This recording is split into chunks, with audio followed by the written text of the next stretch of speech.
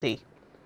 Ilela tasked all broadcasters covering the governorship election to follow the electoral guidelines provided in the Nigerian Broadcasting Code.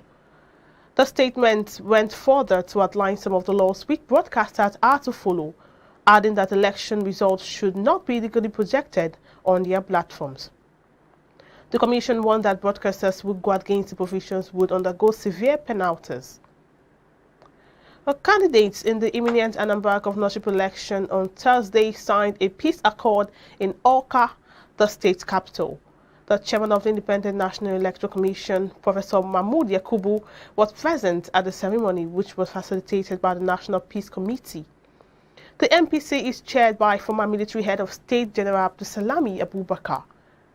Ifeanyi Uba of the Young Progressive Party, YPP, and Uba of the All Progressive Congress and Chukwuma Soludo of the All Progressive Grand Alliance, APGA, were among the signees on Thursday.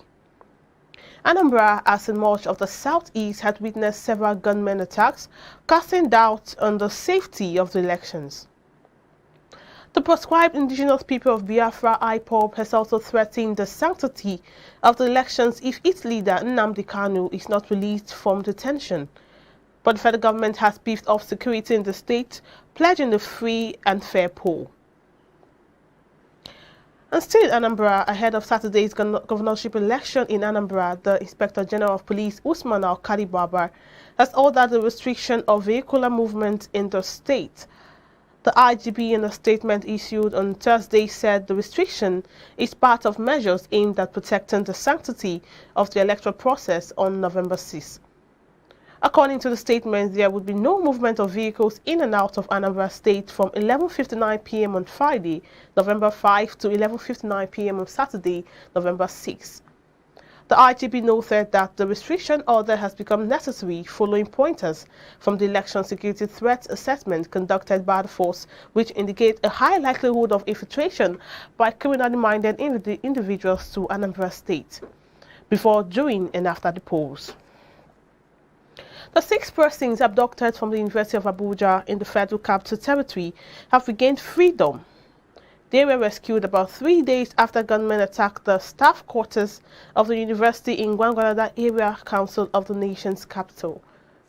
In a statement on Friday, the spokesperson for the FCT Police Command, Josephine Ade, confirmed that the victims were rescued by a joint team of operatives from various security agencies.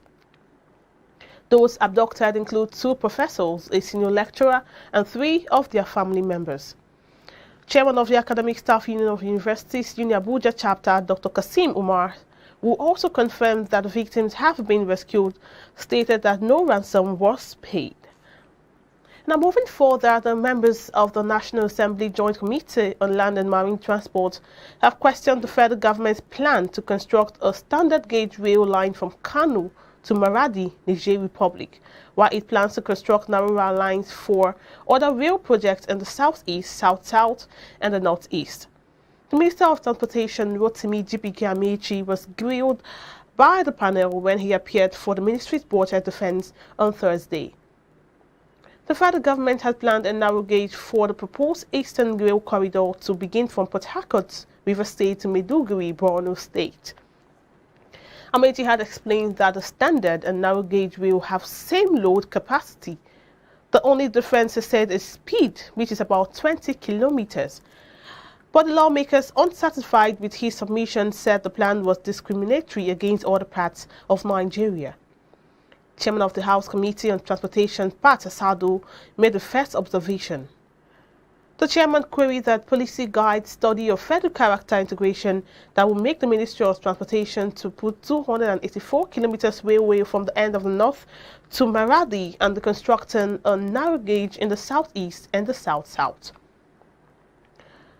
And more stories, the corpses of the managing director of Fourscore Heights Limited, Femi Oshibono, and his friend, a United States of America-based Nigerian businessman, Wale Bob Oseni, have been recovered from the 21-story building that collapsed on Gerald Road in the Ikoyi area of Lagos State, Nigeria. The bodies were found on Thursday by respondents during the recovery operation accident. Bob Oseni, a real estate dealer, was on his way back to the U.S. on Monday when he caught a call from Oshibona to check out the project. Both friends were subsequently trapped when the building collapsed. The 21-story building crumbled on Monday around 2 p.m. when Oshibana, who owned the project, his NHF is allocating $23.8 million to 75 eligible humanitarian partners, including non-national governmental organizations, to help them address critical humanitarian needs and ensure that essential assistance reaches people affected by conflict, food,